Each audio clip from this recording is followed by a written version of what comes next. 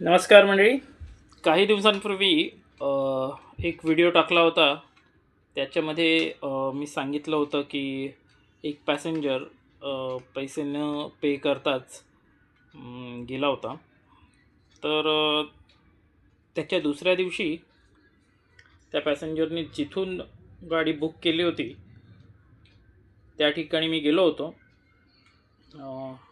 त्या पॅसेंजरला गाठण्यासाठी. आणि लकीली तो तिथे भेटला मला. आणि पैसे विचारल्यावर त्याने पहिला तर मला सांगितलं की कोणते पैसे आणि कोणसे पैसे असे असं विचारलं त्यांनी. त्याला सांगितलं की मी तुला काल सोडलं होतं वगैरे. तेव्हा त्यांनी मग थोड्या वेळाने मान्य केलं की हां पैसे राहिलेले.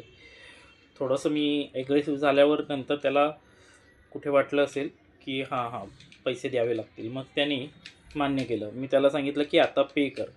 तर कोणाच्या तरी दुसऱ्याच्या नंबरवरून त्यांनी मला पे करायला सांगितले आणि नंतर त्यांनी पैसे पे केले माझे.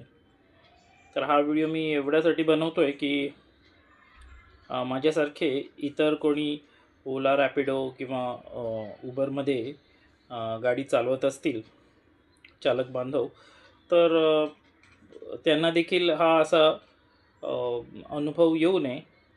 आणि जर असा अनुभव आलाच तर अशा पॅसेंजर्सकडनं पहिला पैसे घ्यावे आणि नंतरच त्यांना जाऊ द्यावं किंवा त्यांचा नंबर तरी घ्यावा.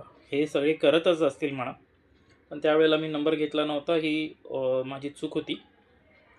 तर आणि कोणी जर परेल भोईवाडा या विभागातून जर ट्रिप घेत असेल तर मी त्यांचा व्हिडिओ त्यावेळेला काढलेला. तर त्या पॅसेंजरला बघून घ्या.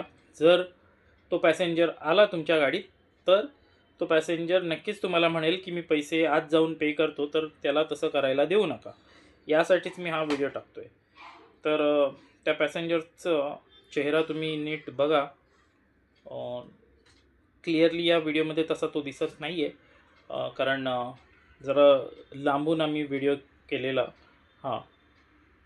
तर बघा आणि सावध राहा अशा पॅसेंजर्सपासून. धन्यवाद.